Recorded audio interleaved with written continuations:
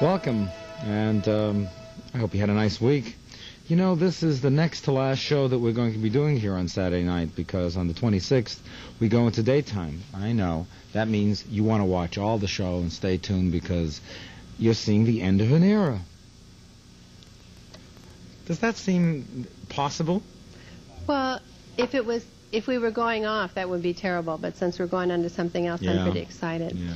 You know, we have a lot of really interesting calls tonight, but I wondered if we could talk about something that happened to me on the way to the studio. What happened to you on the way to the studio? I was driving on the freeway, and I looked over, and I have a pickup truck, so I'm a little bit higher than most cars, and I looked down, and I saw a man smiling at me in his car with his overhead light on, so the whole inside of his car was lit up, and he was masturbating while he was grinning at me, and it astounded me, and I immediately looked away, and I pulled up. You know, I went real fast, and I switched lanes, and he followed me, and he continued. You know, and I wouldn't look over, but I could see the fender of his car, and I tried to slow down because I thought, well, if I look at his license plate, then he'll get scared. And he actually slowed down as much as I did. And finally, I picked up my car phone and looked like I was dialing, and that scared him. And he dropped back and pulled off. But I just wondered, what is that?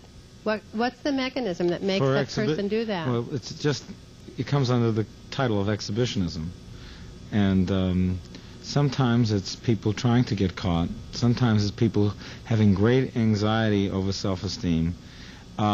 This may shock you, but one of the most common places for people to expose themselves is in the library. And I have seen a lot of young men exposing themselves in libraries just at the time they were about to commit to a relationship or about to get married. It's as if they're saying, I'm not ready for this, and I'm going to prove it by doing something bizarre. But this business, there's much more of that going on than you know. I've had a lot of callers to my radio show who are the perpetrators, who will park near school playgrounds in the hope that a young girl on the way past will see them. And it's really a way of including into your fantasy some safe object as close as you can without actually being involved in it. So pulling off and just getting out of their way is the thing to do. You did the right thing. It was very disconcerting. How?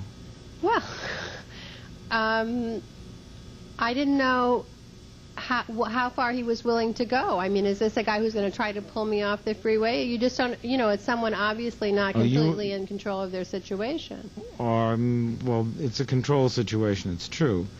But did you feel in danger? No, but I felt a little threatened by the fact that when I would speed up, he would speed up.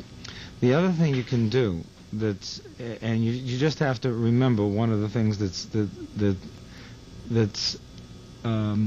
breaks their concentration is lean on your horn and make a lot of noise and draw a lot of attention to it, so that the person is completely disconcerted. And the other thing is, if you're at all suspicious of anyone in traffic, leave enough space between you and the car in front so that you can suddenly cut out of line and find a space. The moment you have a fear, always look for an exit path. Not good. No. Are you able to do the show, Dottie? Well, yeah. As I was driving to work, I was thinking, now what are David and I going to talk about tonight? And I looked over, there was this guy, and I went, well, I guess I have something to talk about. Too bad the two of you didn't have car phones together. We could have done the whole show from the road.